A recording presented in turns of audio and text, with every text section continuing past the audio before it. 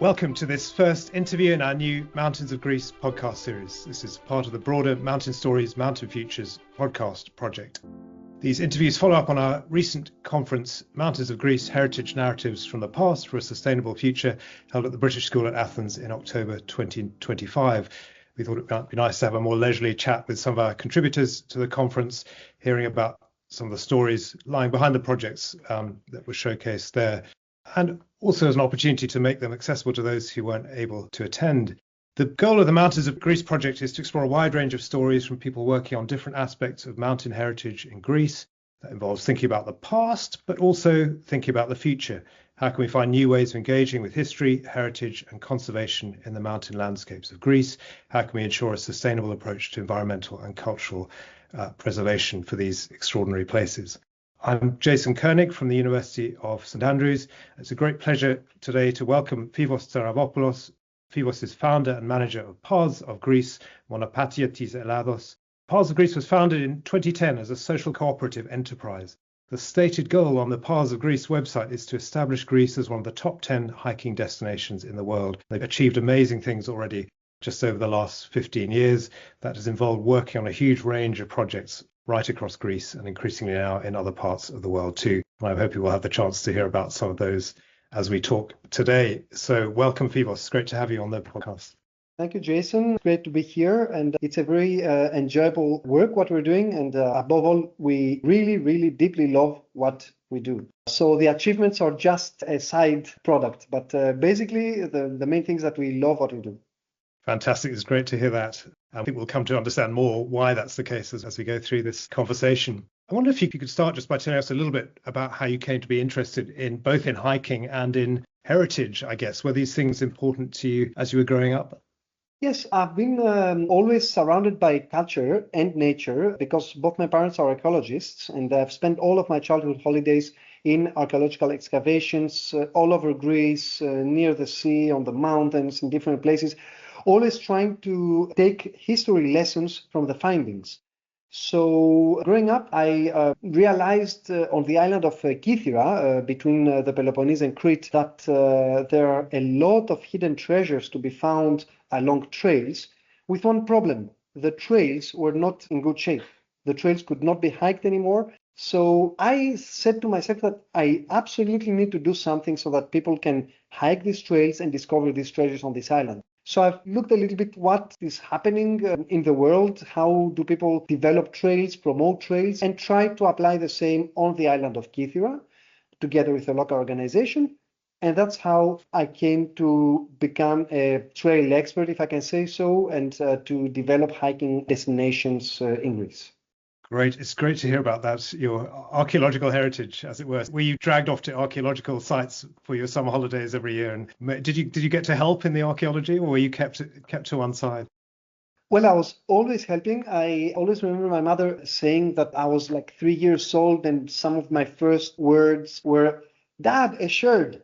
Walking between the different trenches. And later on, I was actively participating in archaeological excavations because my father was always in favor of open excavations. So he would welcome people from any specialization or any background. But I also remember that at some point I said, okay, some of the trenches have difficulty, to be accessed. So I might create something to help people access these trenches. So I started working on footpaths even before I knew that this would be my actual work. Fantastic. Really great to hear how it came out of a kind of archaeological background. So Kythera was the start for you. How did Paths of Greece come into being, and what were the first years like for you? So yeah, as I aforementioned, thought of doing something on Kythera together with local organization and with a kind sponsorship of Kytherian Australians, so the diaspora of Kythera in Australia. And then some articles were published in different newspapers, and people started asking me to go and do the same thing in their localities, either near their village or to find a road for a monastery that these people were using when they were kids and it has disappeared, etc., etc. And because my background is environment and resource management, I thought that maybe I could do something professional with it. And I started really trying to see what is the state of the art in trail development. And I try to apply this knowledge that I gained in different localities. So that's how Paths of Greece came into existence. Many localities asked me to do this. And little by little, I got connected to the international community of trail builders, trail managers, and thus Paths of Greece became also an international consulting entity. Great. Okay. So did you go off at some point to get some training, or did you gain those skills just by trial and error and by imitating what others were doing and learning from others? A lot of trial and error, of course, but also that's something we do in Greece, as you know already. But I also got connected, and I've been serving at the board of the World Trails Network for over a decade as a treasurer. And through the World Trails Network, we have a lot of networking through which we share knowledge. I have participated in many trainings as well. I've also become a trail auditor for the Green Flag Trails, which is the world label for green trails that have some standards of sustainability, information provided, etc., etc. So, of course, I've been trained, but I have also trained people myself, also abroad, not only in Greece. So, yeah, it's something that we keep learning, we keep adapting to the needs of the hiking world, but we also have things to say.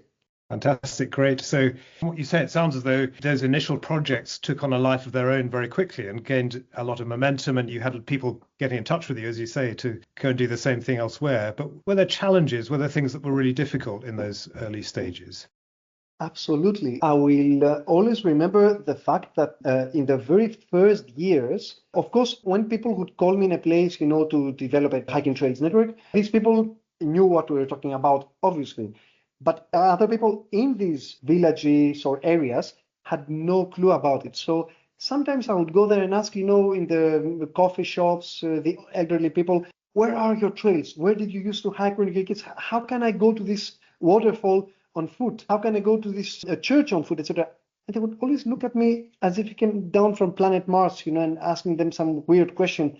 They would always tell me, there is a road now, you can go by car, you don't need to hike. And the trails, snakes are going to eat you, bears are going to eat you, wolves are going to eat you. And I say, I want to be eaten by wolves, just show me where the trail is. And then they would show me the trail. And another type of comments, oh, what is your job? What are you actually do for life? And I say, that's what I'm doing. I put waymarks on trails, I clear trails, I find all trails. No, but we mean, what do you live from? What's your actual work? This is my work. And then I would always get this answer, why don't you find yourself a serious job? Try to do something serious. Until one day I was called by the president of the Greek Republic, who was hosting the president of the German Republic to talk about trails. And that was a big change. And I think that from this moment, especially after the economic crisis in Greece and boosted by the COVID years, Greece stopped talking about hiking as something weird or that only crazy people do, but Greeks started hiking extensively, I would say, and now people tell us, oh, this is a dream job, how can I come and help you? I will pay you money to come and help, and things like that. That's great. So it's kind of anticipated the next question I was going to ask, which was just about change. What has changed over the last 15 years? So I presume it's the case that the identity of the people who are hiking has changed as well. Is that right? Yes, in previous years, previous decades, in Greece, I dare to say the only people who would hike were people, members of mountaineering clubs, aiming mainly at mountainous areas, mountain peaks, etc. Now it's people who live in cities mainly and who want to go out and explore nature, explore the culture of areas through the trails. Nevertheless, I still believe that we are way behind some main Western European countries like France or Germany or the UK, where the locals do hike and the nationals do hike and enjoy the trails. So if you take a trail in the UK, most of the trail users come from the UK, whereas if you take a trail in Greece, most of the trail users do not come from Greece. And this is something that we are trying to change. We're doing our best to change it. We believe that it has to do with newer generations. And we would love to see that the local economies that depend on trails in Greece depend on nationals more than internationals as visitors. Yeah, really interesting. Even for international visitors, I guess there's some way to go, isn't there? Particularly in the mountains, people talk about mountain tourism and hiking as something that's really growing fast in Greece, and I think that must be right. But it's not an explosion exactly, is it? Because you still, I mean, I've been hiking the mountains a lot in the last few months, and you can go for days on end without seeing anybody still, can't you? So there's a long way to go. There's a lot of potential. Absolutely. When we talk about Greece, the first image that people have in mind is probably the sea, some islands, some dry landscape. I believe that most of people do not come from Greece, although this is true for many, many Greeks as well, they totally ignore that about 70% of our territory is mountains, is forested mountains, and that there's so many things to see that combine nature and culture on these mountains. However, I believe that no matter what we do, Greece will always be an island destination, will always be famous for either its antiquities or its blue and white landscape. So we have to compete in Europe with Mont Blanc, with the Alps. We have to compete with the Andes in Latin America. We have to compete with the Caucasian landscape that is exploding at the moment. We have to compete with the Himalayas and many other, Kilimanjaro, just to mention a few. So regarding mountains, I don't think that Greece could ever be considered as a top mountain destination. However, our mountains have something that the destinations I aforementioned do not have, is the human size. You cannot be intimidated by these mountains. These are mountains that are welcoming you. You can really explore them. They're very hospitable, if I can say. So I believe that this character, if we manage to show it and to put it forward, it will attract a lot of visitors. I love that idea of the mountains as hospitable, and I feel that especially more and more in the hot summers as well. I feel that those slightly more elevated spaces are just a bit cooler and very inviting, and as you say, hospitable. That's a great way of putting it. The work you do is always one step at a time, and quite literally, and a lot of the time. And I guess maybe we'll hear a bit more about the whole process of how you go about your projects in a minute. But just wanted to step back a little bit from that for a moment and think about the bigger impact that your work has had, as far as you can quantify that. Is it possible to quantify what difference your project has made? Do you know how many kilometers of trails you put up? Do you know how much? I mean, is it possible even to quantify the economic impact, actually? We can do some estimations. We have done actually some estimations. We've been around for about 15 years, from 2010 to today, actually. So within these 15 years, we've developed over 2,000 kilometers of old hiking trails that were linking villages, that were linking a village to a holy place, to a field area, to a bigger city, etc. So all these old trails we have, it's over 2,000 kilometers that we have brought back to life. And according to some international studies, bringing back to life this amount of kilometers of trails has saved about 20 million euros from public insurance costs. So basically, what this study that we used to calculate this does, is that it tells you that if the public sector invests money in developing trails, it will actually enhance the health. It will improve the health of the people that are living around these trails, because they're going to hike. And by improving the health, you cut in health expenditures. We believe also that we have contributed about 60 million euros in economic benefits in the localities where we have developed trails, because people are coming there as tourists, as visitors, and they do spend money for food, for accommodation, to buy souvenirs and other things, and services, of course. So we saved about 60 million euros in these different areas. We have developed trails in around 160 different settlements. We have also calculated that we have created about 300 jobs in these different localities, and our trails benefited about 200,000 people. Wow, those are very powerful figures. And I guess that's exciting to remember when you're there on the trails, actually kind of chipping away 1 meter at a time. Fantastic. I wonder if we could actually dig in then a bit more to a few examples here. And I'm very much aware that many of your projects are not in mountain regions. You do a lot of your work is down at sea level or not far above that. But I'm also aware that you've done some amazing work on mountain trails around Greece. I just wonder if you might be able to give us some examples of one or two of those. Well, I'll give an example of an island and an example of a mountainous area. So talking about islands, one of my first projects was on the island of Kythera that I mentioned earlier. So there we actually developed about 100 kilometers of hiking trails, passing through different villages, but also through medieval castles, forgotten forests, waterfalls, stone bridges, and amazing viewpoints. We retraced these old footpaths, cleared them, waymarked them, signpost them, and we created websites, of course, a logo, an app. We participated into hiking fairs. We created fun trips for tour operators, for journalists.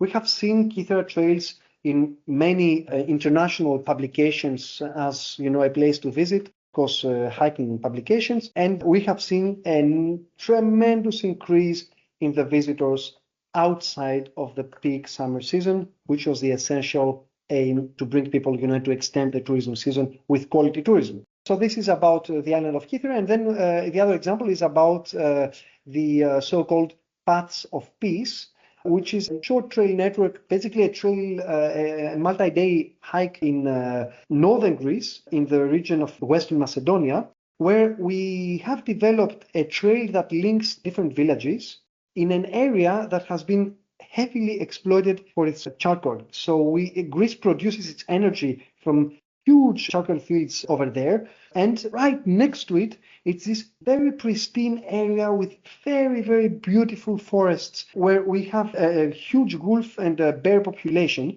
So what we did is that we have created this line linking these villages and these beautiful forests and lakes and viewpoints. We called it Paths of Peace because this area was also devastated during the Second World War by German occupation and bombings, etc. And this project has been funded with a German fund. So we called it Paths of Peace because actually we look into the future and we want, with this German money, to look towards a more peaceful world where, during the World War II we had these issues. And at the same time, we refer to nature because from this trail sometimes we can see these big mines in the far distance with these fumes coming out of the energy plants. And we want to lay stress on the fact that we need to make peace with our nature.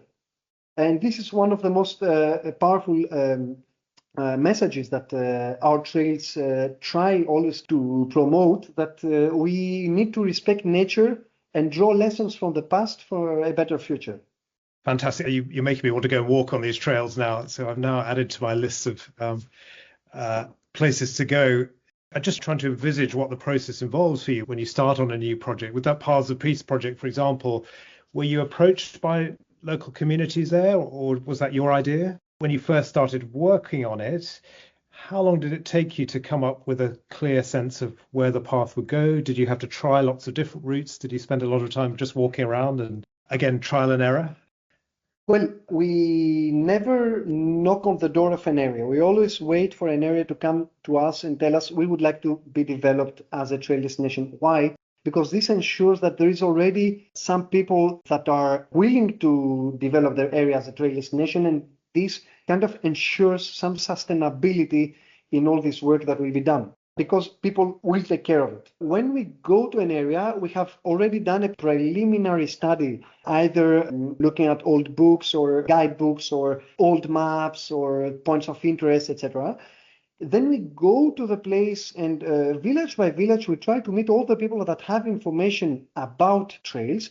These people are disappearing more and more because these are old people, and they, it becomes increasingly difficult to spot them and to be able to communicate with them. And then we do fieldwork. So we try to test everything that we got information about. So sometimes we have to climb over vegetation or to crawl under vegetation. Sometimes we have to walk on dry stone walls because there are thorns to the right and left of it. We always try to find these old footpaths. Then we design on GIS software all these lines that we hiked, and we draw on our GIS software the final map of the trails according to the needs of the modern hikers. We of course do a marketing study that will tell us what the hikers for this area would be, So would they like more of a cultural aspect, of a natural aspect? Would they come from France because there are connection flights from France, etc., etc.? I'm just giving some examples. And then we organize all the clearing of the trails, the waymarking, and the promotion that I talked about earlier. It is always a process where we include the locals. We always tell them this is what we came about, and we get their inputs and we adapt and we change. So basically, it's a very enjoyable work to do. Sometimes we get some pressure from a mayor telling us why my village is not on your trails. And we try to say, there are some other priorities, etc., etc. If the person in the municipality that will pay us for our work, if their village is not on the map, then we make sure to put it, though. The mayor has the second highest importance. Great. That gives a really vivid sense of just the hard work that goes into this, the hard work of negotiating and cutting your way through the undergrowth. Is it harder working on mountain trails, or is it just always hard wherever you are, whether you're down at sea level or high up? I wouldn't say so. Mountains have one good thing. If there is a forest, and usually there is, that the trail under a forest usually remains almost intact. Sometimes it will collapse, especially if it's not very rocky terrain would keep a trail for ages. A less rocky terrain would have landslides and the trail might disappear. But generally under the forest, once you find the track line, you can follow it, no matter how old it is. On the islands, on the other hand, we have usually stone walls, because islands have a lot of stone. So you have stone walls that delimit the trail, so it's easy to find it, to spot it even from satellite, and to walk it on thorns, but we know that these thorns generally are quite low. So no, it's not a very difficult work to do. Islands like Corfu, though, I remember, where you have a lot of rain, it is an island and it doesn't have exactly a forest, but it has a lot of vegetation. Yes, there sometimes we had to surrender to the trail and the vegetation. So we could only assume that the trail would go there and would try to check, different spots. But I still remember these scratches. Yes, I bet. Fantastic. The other thing I wanted to ask about is just about the work I know you've been doing more recently, I think outside Greece in a whole range of other places in Saudi Arabia, Japan, elsewhere. Could you tell us a little bit about those projects and what that's like to work on after all of those years working in Greece? Are there ways in which are you struck more by the similarities, or are there differences as well with the challenges you face in those other places? Everything comes from Greece, Jason, so everything is similar to Greece. Now, I'm of course kidding. So yes, I said earlier, I'm heavily involved in international networking through the World Trade Network. So I have a knowledge of different places, and I've been traveling for our biannual conference many times around the world, from South Korea to Canada and Europe and other places. So I've seen many things on trails. I always see a similarity in a trail. A trail always tries to link 2 points in the easiest possible way. And this is a rule. There is no trail that makes it complicated, if we're talking about old trails. So when I went to consult in China, for example, which was one of my first international consulting projects, we tried to retrace some old trails linking different places. It was almost the same, just the environment would change a little bit, but the idea that if you need to cross a mountain, you'll try to find the lowest passage, you'll go from the mountain pass, that's universal. In Japan, consulting was about trail promotion in Europe. So, that's what I do with trails in Greece. So I knew exactly what the European market needs. I also had some consulting in Albania, where basically it was teaching people how to use GIS for trail scouting, signage, etc. And then now in Saudi Arabia, it's extremely similar to what I do in Greece, because we are specifically looking for old trails, or camel roads, mule trails, and human passage. So I was really astonished, especially at the beginning, to see how similar these trails are. And that made my life easier, of course, when I was trying to spot trails. Of course, there's no serious vegetation, at least in the area of Al Ula where I work. But the idea is always the same. You have a landscape and you try to move in the easiest way possible. And if there is no trail, you create a trail that will be easy to use. So that's the main idea behind a trail. No matter if you're in Greece, in Japan, in South America, or anywhere else in the world. Really interesting to hear about how those issues are culturally transferable. In Scotland here too, there's more and more interest over the last decade or two in reviving old trails and actually marketing them for broader use as well. So that all sounds very familiar in lots of ways. Been great was then to just dig into some of the things that you do day to day and to hear a bit more about those stories. Just wanted, before we finish, to ask you a broader question just about the bigger issues that we're trying to address within this project. What do you think are the particular challenges facing the mountain regions of Greece at the moment? Where would you see solutions, opportunities? What are the priorities for the future? For Greece, the main issue that the countryside is facing at the moment is the depopulation. People are moving to the city. They don't go back. They might go to the city, to study, etc. They usually don't go back to their village or their small city, small town in the countryside. So this is even more important in the mountains, where in mountains of Greece, a lot of villages are ghost villages. They might get some people in summer, but even this is decreasing year by year.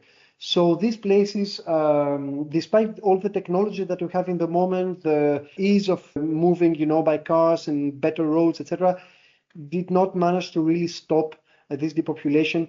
And I think that this is the most crucial factor that Greece is facing at the moment.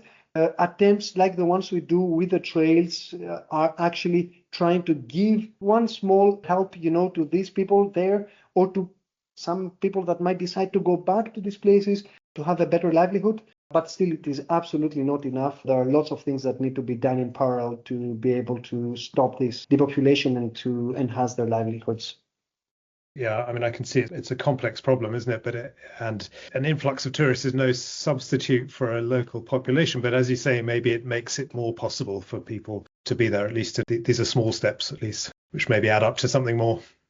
Yes, exactly. This is how we also see, for example, no one would go to live in a place that's very remote with kids if they don't have friends, if there's no good hospital, if there's no good school, if they don't have good internet, for example. So all these things sum up to no decision. However, I would like to invite everyone to plan Greece for the next hiking holidays, because Greece will offer you much, much more than what you might think.